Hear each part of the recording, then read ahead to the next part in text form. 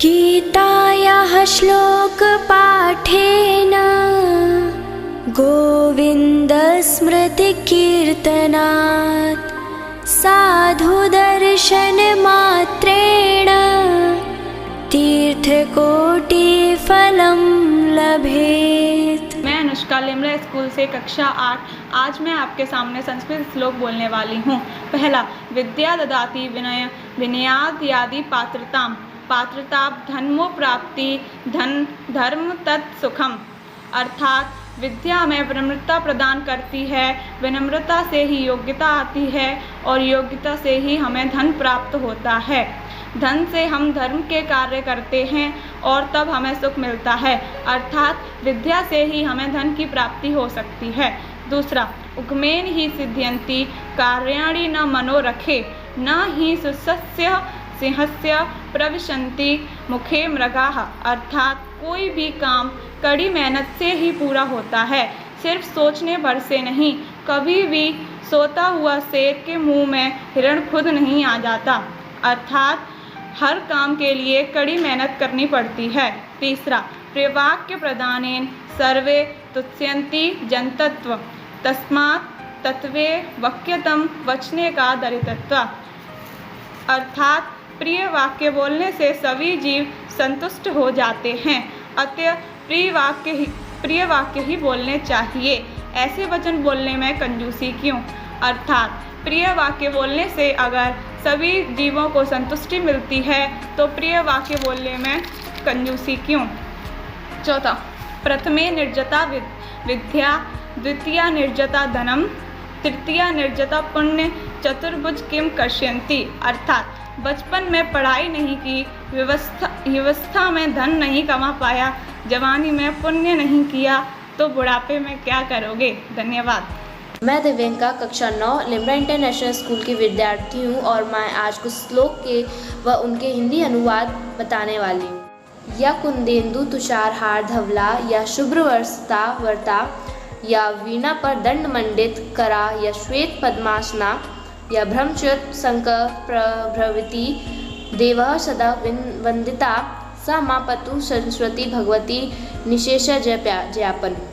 अर्थात जो कंदु पुष्प चंद्रमा और बर्फ सफ़ेद हार से समान है, जो सफ़ेद वस्त्रों से ढकी हुई है, जो अति सुंदर वीणा के दंड में शोभित हाथों वाली है, जो सफ़ेद कमल पर विराजमान है, जो ब्रह्मा विष्णु शंकर आदि देवताओं के द्वारा सदा वंदनीय है, वह अज्ञान को दूर करने वाली देवी मेरी रक्षा करे। हम साधूनां विनाशाय च दुष्कृतां धर्म संस्थापनार्थ संभवामि युगे युगे।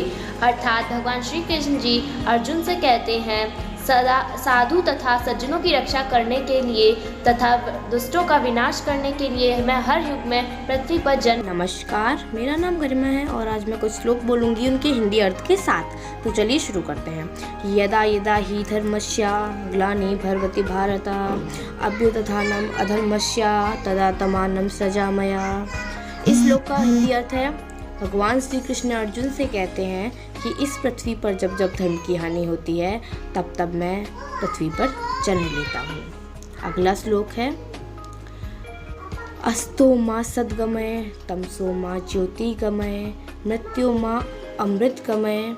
इस श्लोक का हिंदी अर्थ है, हे ईश्वर, असत्य से सत्य की ओर ले चलो, अंधकार से प्रकाश की ओर ले चलो और मुझे मृत्यु से अमरत्व की ओर ले चलो। अगला श्लोक, तमेव माता च पिता तुमेव बंधु च सखा तुमेव विद्या च द्रविणी तुमेव सर्वं मम देवं देव। इसका हिंदी अर्थ है, तुम ही माता हो और तुम ही मेरे पिता हो, तुम ही मेरे मित्र हो और तुम ही मेरे भाई हो, हे देवों के देव, तुम ही मेरे सब कुछ हो। धन्यवाद। नमस्ते, मेरा नाम भूमिका राजपूत है। मैं कक्षा 7 में पढ़ती हूँ। आज मैं संस्कृत के कुछ श्लोक बोलने जा रही हूँ। मेरा पहला श्लोक है, त्वमेव माता च पिता त्वमेव बंधु च सखा त्वमेव विद्या द्रविण त्वमेव सर्व मम देव देव।